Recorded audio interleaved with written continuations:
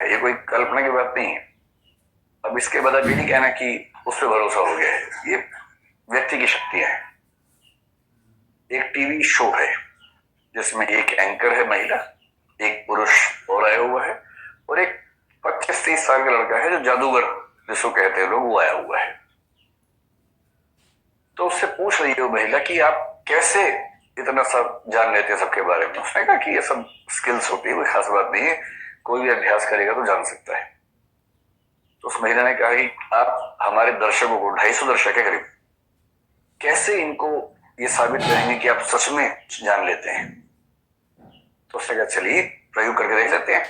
तो ऐसा करते हैं मैडम, आपसे बात शुरू करते हैं। आपका जो क्रेडिट कार्ड है उसमें बहुत सारे पैसे होंगे आपके पास, या डेबिट कार्ड में पैसे होंगे बहुत सारे, बोले हाँ है। तो उसका पासवर्ड कितने लोगों को पता है? उसने कहा मेरे सिवाय किसी को भी नहीं पता, कहीं लिख के भूल गई हूं, नहीं कुछ ऐसा नहीं हुआ। तो चलिए मैं कोशिश करता हूँ आपको पासवर्ड पता करने की, आपसे देखते हैं कि पता लगता है नहीं लगता है। उससे कहा ठीक है, पता करके दिखाओ। उसने कहा मैं कुछ नहीं, बस मैं आपका चेहरा देखूंगा थोड़ी देर तक, आप तनाव मत लीजिएगा, मैं अनुमान करना चाह रहा हूं। तो देखा और उसके 3-4 सेकंड बाद बोला कि क्या आपके पासवर्ड का पहली संख्या 0? उसकी तो नानी मर गई। बोले कि हाँ पहली संख्या 0 है। अच्छा, और दूसरी संख्या भी 0 है? बोली हाँ। और तीसरी भी 0 है? और चौथी भी 0 है? बोली हाँ।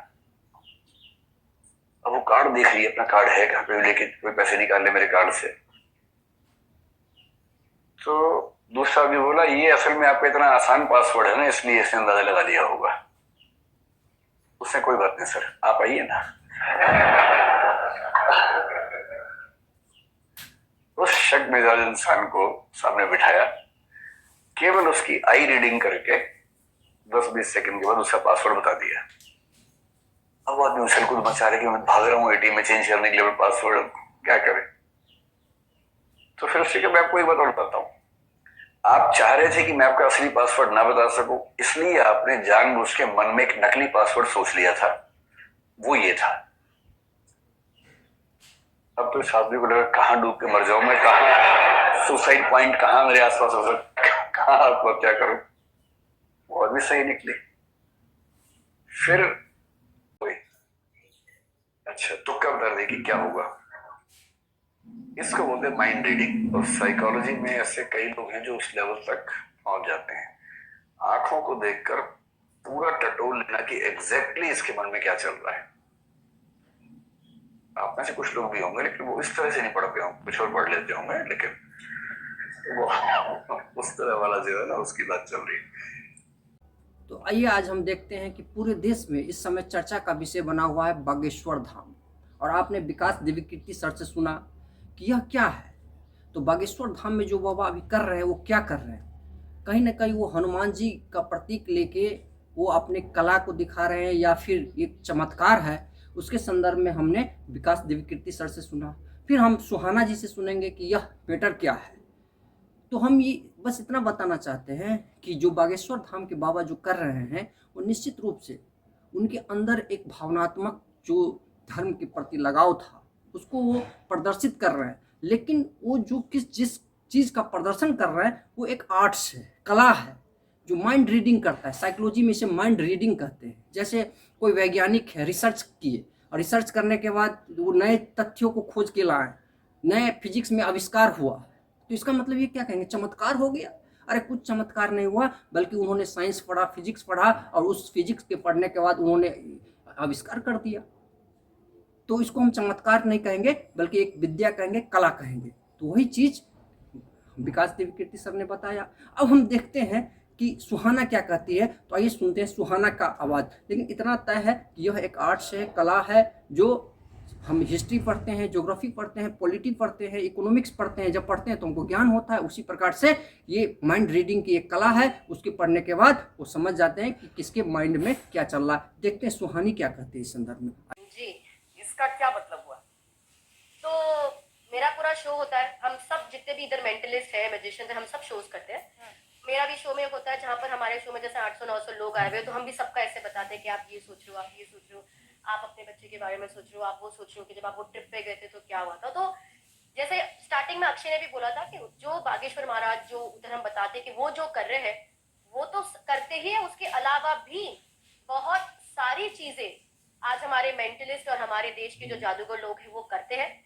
और बताना प्रॉब्लम सिर्फ इतनी है कि अब जो हमारी कला है, जैसे मैं कला बोलती हूँ, मैं इसे ये नहीं बोलती कि हम लोगों को ठीक करते हैं कि हमारे पे कोई शक्ति, ये एक कला है। जैसे डांसिंग पेंटिंग एक कला है, जादू भी उसी तरह एक बहुत ही खूबसूरत बहुत ही इंटेलिजेंट एक कला है। और ये बात होती है कला इतनी मिस्टीरियस है कि अगर हमने बता दिया कि बागेश्वर महाराज वो कैसा करते हैं तो हम खाली उनकी नहीं बता रहे कि उन्होंने कैसा किया, हम दुनिया में जितने भी जादूगर हैं हम उन सब की कला खत्म कर देंगे। बस मेन जो आपको जवाब चाहिए वो हर कोई मैजिशियन यहाँ पर आपको नहीं दे पा रहा है। अक्षय ने बहुत खूबसूरती से घुमा फिरा के आपको जवाब देने की कोशिश करी, समझाने की कोशिश करी। तो बस वही कि अगर हम किसी बताते हैं कि वो कैसे किया या कैसे नहीं किया, उस सब के लिए हमको आपको बताना पड़ेगा कि हमने वो चीज कैसे करते हैं। मैं आपको वही चीज करके यहाँ पे बता सकती हूँ कि हम भी वो चीज कर सकते हैं, पर कैसे कर सकते हैं ये सवाल का जवाब आई डोंट थिंक आपको कोई भी जादूगर दे पाएगा, बिकॉज वो एक कला का डिसरिस्पेक्ट हो जाता है, वो कला खत्म करने वाला। जैसे अगर मैं आपको भी एक सवाल पूछूं, यार कोई भी सवाल पूछ लो यार इनसे, मतलब कोई भी सवाल पूछ लो, हम कोशिश करते हैं जवाब बताने की। श्वेता, अगर आपकी कोई प्रॉब्लम है लाइफ में, हाँ, अगर मतलब आपकी प्रॉब्लम्स के बारे में बात नहीं करते, प्रॉब्लम्स के बारे में बात करने के लिए बाबा लोगों को छोड़ देते हैं। चलो मैं चाहती हूँ अगर आपका कोई बचपन का कोई दोस्त यार है जिसके बारे में आपने किसी को बताया नहीं है, या ऐसा कुछ रुक जा मैं बोल दूं। अगर आपके पास कोई ऐसा दोस्त यार है जिसके बारे में आपने किसी को बताया नहीं है, कोई बचपन का दोस्त होगा, आपकी सोशल मीडिया पे नहीं है, कुछ भी नहीं है, ऐसा कोई फ्रेंड के बारे में अगर आप सोच सकते हैं? हाँ, और ये पक्की बात है कि आपने मुझे ये बताया नहीं है, करेक्ट? किसी को नहीं बताया। किसी को नहीं बताया। और अभी आपके लाइफ में बहुत सारे दोस्त होंगे श्वेता, आप किसी के भी बारे में सोच सकते हैं, करेक्ट? करेक्ट। तो मैं चाहती हूँ कि आप एक सिंपल सी चीज करें। मैं अभी चाहती हूँ कि अगर आप अपने हाथ फोल्ड करके खड़े होंगे तो अपने हाथ नीचे छोड़ दें। और मैं चाहती हूँ आप अपने मन में एकदम रिलैक्स हो, क्योंकि मैं अभी आपको ज्यादा देख नहीं पा रही हूँ, मेरे को आपको खाली मुझे आपकी मतलब आवाज आ रही है, करेक्ट? तो मैं चाहती हूँ आप अपने मन में उसके बारे में सोचें, आप अपने दोस्त के बारे में मन में सोचते रहे, सोचते रहे, सोचते रहे, ठीक है? अभी किसी भी तरह पॉसिबल नहीं है श्वेता। अच्छा, मुझे भी साइड पे दिखाई कि मेरे मेरे उन्होंने दिखाया कि आप मुझे अभी आप मुझे थोड़े से दिख पा रहे हो, तो this will be easier for me. थोड़ा सा लैग है बट आई विल ट्राई। मैं चाहती हूँ आप अपनी आंखें बंद करें और अपने दोस्त के बारे में मन में सोचते रहे, उनका नाम का एक एक लेटर अपने मन में लाए। और मैं अभी बॉम्बे में बैठी हूँ, मैं चाहती हूँ अपने मन में वो नाम इतना जोर से चिल्लाए, देखो ऐसा तो पॉसिबल है नहीं, पर मैं चाहती हूँ अपने मन में वो नाम इतना जोर से चिल्लाओ कि मुझे यहाँ तक उसकी आवाज आए। और मैं कोशिश करूंगी, मैं तो ऐसे बता सकती हूँ कि सब जन लिख के बताते हैं जैसे बागेश्वर लिखते, तो मैं भी लिखने की कोशिश करने वाली हूँ यहाँ पर। मेरे दिमाग में एक कुछ तो आया है, मैंने यहाँ पे लिखा है। Shweta ji. For the first time national television पे क्या आप बता सकते हैं कि आप अपने किस दोस्त का नाम अभी सोच रहे थे? दिव्या।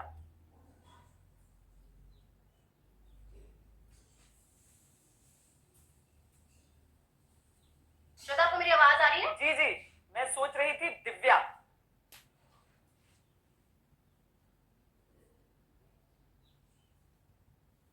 मुझे आपकी आवाज नहीं आ रही श्वेता। मेरी आवाज आ रही है आपको सुहानी? अभी मुझे आपकी आवाज आ रही है, जी। बीच में आपकी आवाज नहीं आ रही थी। मैं कह रही थी कि क्या आप बता सकते हैं आप वो किस नाम है दिव्या। दिव्या। दिव्या, और ये आपने मुझे बिल्कुल नहीं बताया, करेक्ट? मैं टच में ही नहीं हूँ उससे, बहुत मतलब आप बचपन उससे से। टच में भी नहीं है, कुछ भी पॉसिबल नहीं है, जी। करेक्ट? मैंने आपके बताने के पहले यहाँ पर एक नाम लिखा था और वो है दिव्या। अब आप कह रही हैं ये चमत्कार नहीं है? जी नहीं, ये चमत्कार नहीं है, ये एक कला है, एक ट्रिक है, और एक बहुत ये कला कैसे होती है उसके पीछे एक बहुत बड़ी